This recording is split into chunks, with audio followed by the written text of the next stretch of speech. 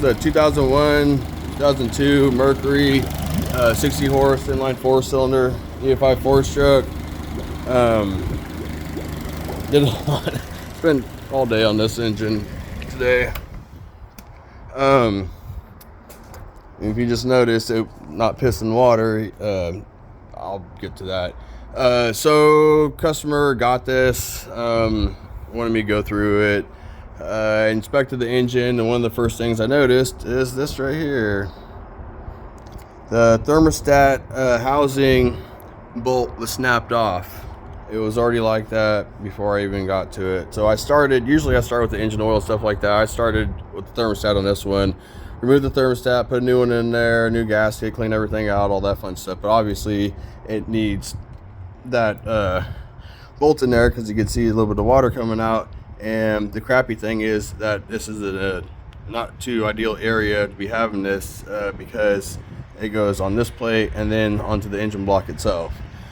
So that's one of the issues that I found. Let's reverse a little bit. I went to I hooked up to it to check the engine hours, put the key in the on position, nothing, like no cranking, no nothing. The tilt trim up there didn't work, everything on the dash worked, but nothing from the key switch or anything else. So I said, screw it, I'll work on the engine and then get back to that. So started with the thermostat, did that, pulled this whole side crap off and replaced the spark plugs, got them part of the install. And while everything was off, I replaced the inline fuel filter that's down in there. Then I did the fuel filter in here. That was full of this crap. This is what was inside on the bottom of the filter housing. And this was the reason for it, that old gray crappy fuel line. So this is what came out of the fuel line connection on the engine. So new filter and housing gasket, clean that out. New fuel line, new primer bulb, everything there is all good. Did the engine oil, the oil filter, the gear oil. The gear oil, one of the drain plugs was, the gasket was bad. That's this guy right there. So I put a new gasket on that one. That's the thermostat and all the other stuff. His prop was messed up, and so I ordered a new Mercury prop and installed that and everything. There was 2 thrust washers behind his prop, which it didn't need. But yeah, that's the inline filter, that's the other filter.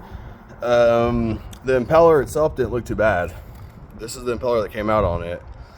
And I put a new impeller, new gasket, a grease upper drive shaft, put everything back together, and then went to the electrical side of things. I was underneath the dash, checked all the fuses on the engine. On the back of the key switch, the ground wire was loose and the positive wire was touching the kill wire for this engine. Fixed all that, still nothing from up there. I checked the voltage at the key switch, is only getting 2.2 volts. Checked the wire harness, I disconnected it, checked the wire harness under there, only 2.2 volts. Getting 12 volts off of here, getting 12 volts here, 12 volts from the fuses, everything was good. The wire harness, that red wire with the purple stripe is the hot wire that goes to the key switch and everything else. So I used a safety pin thingy, poked into it, used a jumper wire from that connection to a hot side, 12 volts, and everything works. The tilt trim worked, the key switch worked, everything up there works like it should. So what I did was this is what I did. This red wire with the purple stripe was getting 12 volts to it, so I just tapped into that, into the other red wire, purple stripe up there, and that fixed that issue. I fixed all those issues. The tilt trim works, engine starts. But like you can see, when I first started the engine, after I fixed all that crap, I was able to finally hook up to it and everything. This engine has 1,024 hours on it. But as you can see, it's only dribbling water out. It's obviously getting water at the thermostat housing.